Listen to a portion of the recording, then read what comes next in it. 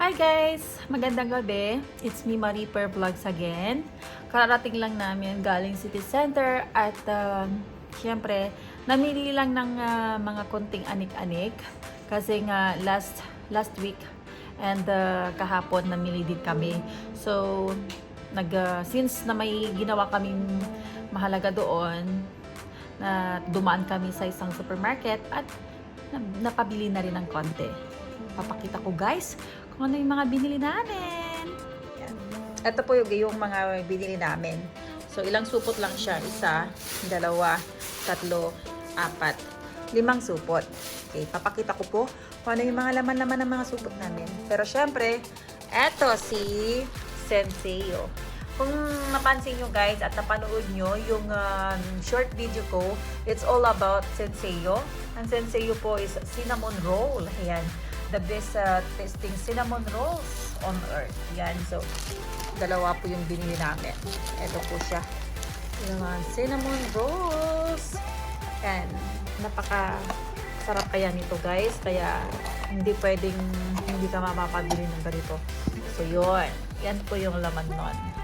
That is our cinnamon rolls. Yan. Pwede naming mukbangin mamaya or bukas for breakfast. There you go. So, dalawa yan. Tig-isa kami. Another is supot. Bili ako ng saging. So, isang supot. Saging lang palang laman nun, guys. Wait lang. Hirap naman tanggalin. Ayan. Ang ating saging all the way from the Philippines. And next na supot is syempre ito naman yung mga chocolates. There you go. Yun para sa kanya. Les Grandes ba to? Yan. 32% almond. Ayan. Yan ang gusto niya. White chocolate syempre. And ito naman sa akin. Yon. Ito lang. Hindi ako masyado mahilig pero the best talaga ang Snickers para sa akin. Snickers. This is for me naman. Hindi pa ako nakontento kasi natuwa lang po ako guys sa sinasabi nito na malaki siya. Ayan o. 2 times Snickers. Mahaba nga siya. 2 times Snickers. Yon. So ayan. May isang ganyan. Isang ganyan. Tapos hindi pa. Kumuha pa ako ng isang ganyan. So, bali yan, ganyan. Yan. So, yan po yung dalawang supot. So, let's proceed po sa ano. Ito kanina nakakatuwa. Prior po sa pagpasok namin sa supermarket, Carrefour, ayan, pumunta kami ng McDonald's at bumili po kami at kumain na rin. Sa tabi-tabi lang, since bawal naman kumain doon sa loob ng restaurant, sa ano nila, shop. Yan. Kumain kami.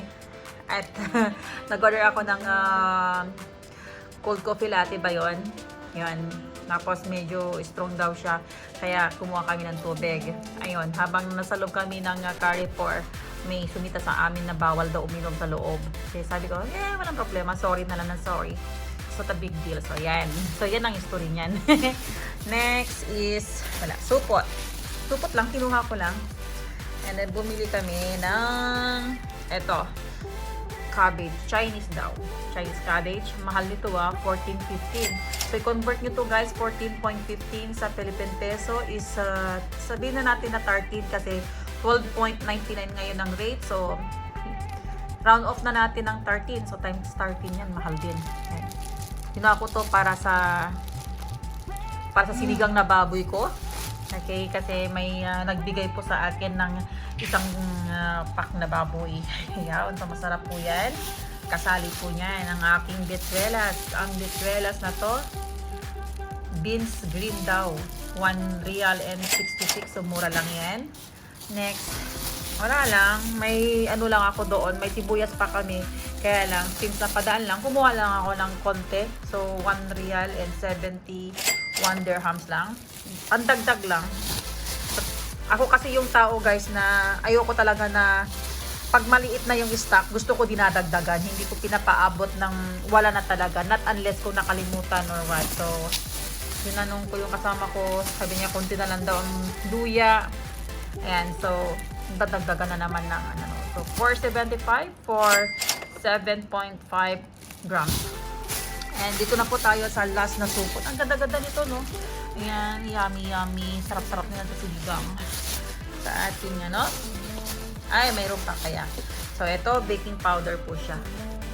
Sabi nila, ang baking soda is alam mo naman yung napapanood natin sa YouTube, yung mga hacks in life, yung pampalinis ng kaldero, pampaputi ng kilikili, and whatsoever. Try lang natin, guys.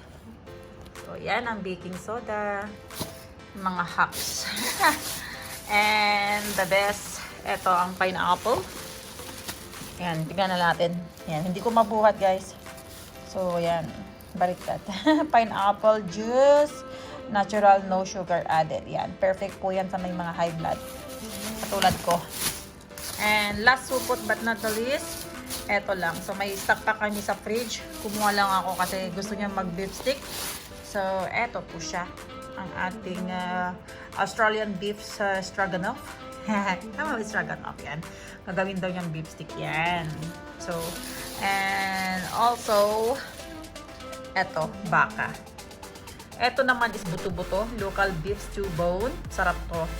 Pag may pinakuluan siya, may patatas, may cabbage, or baggy beans, ganyan. Sarap din yan. So, kumpleto na. May baka, may baboy, may manok, may isla na kami sa fridge. Kanina gusto kong bumili ng pusit, tsaka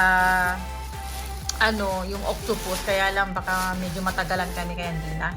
So, ayan po guys, ang ating kunti lang naman na pinamili today. So, kung ano na naman, di bale, malapit lang kami dyan sa supermarket. So, kung ano naman ang mawawala, ayan, takbo lang agad guys. So, yan. Overall amount is 110 reals times 13 po yan sa Philippine peso. There you go guys. Yun. So, ayan po guys, nasaksihan nyo. Saksihan. Ipakita ko sa inyo yung mga kunting pinamili namin sa shop. Okay. Sana nagustuhan nyo ang kunting kong video. And kung nagustuhan nyo po ang munti kong video, please don't forget to like and subscribe my YouTube channel. At kung may gusto po kayong i-shoutout, ayan, just comment down below at i-shoutout ko po kayo sa next na video po. Thank you guys for watching!